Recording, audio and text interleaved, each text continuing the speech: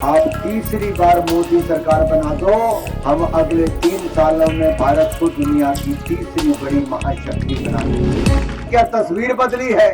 तस्वीर तो यही बदलती दिखती है। तकदीर आंकड़े बताते हैं कि भारत 10वें नंबर की अर्थव्यवस्था था, मोदी ने 10 सालों में 5वीं बड़ी अर्थव्यवस्था बना दिया है। 5वीं बड़ी बना दिया।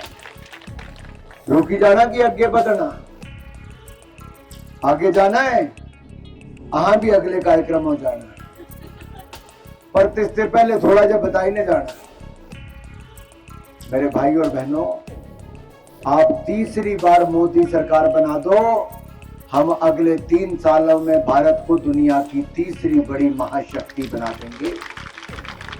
भारत माता की जय। मोदी जी को जय श्री राम। जय श्री राम, जय श्री राम। मैं शक्ति कहां से पता चलती है? शक्ति यहां से पता चलती है। नारी शक्ति 2 लाख रुपए जमा कराओगे तो 7.5% ब्याज मिलता है। गर्भवती महिला का मुफ्त में इलाज और 6,000 रुपए की मदद मिलती है।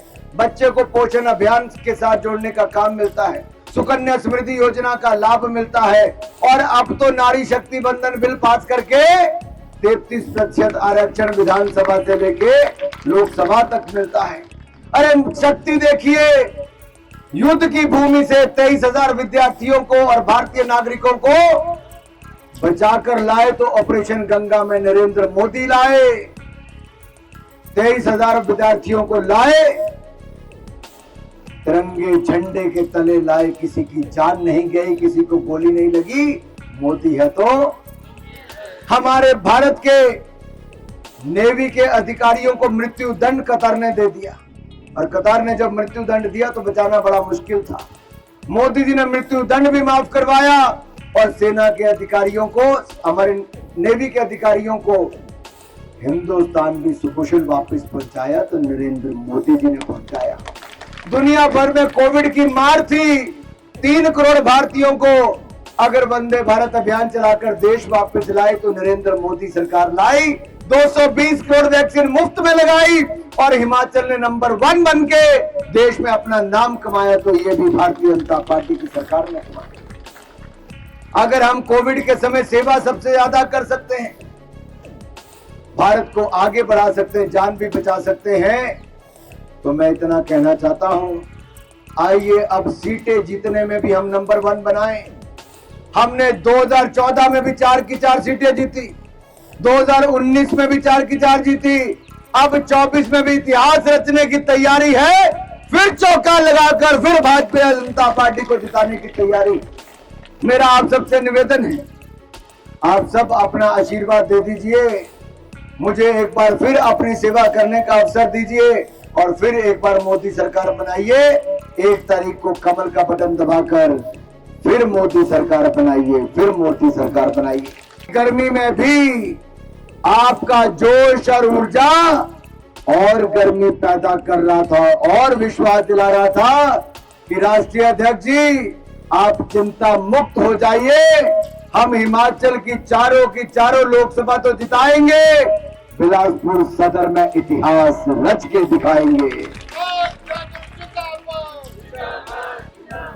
भाई और बहनों, मुझसे पहले भाई त्रिलोक जी ने बड़ी विस्तार में सारी बातें,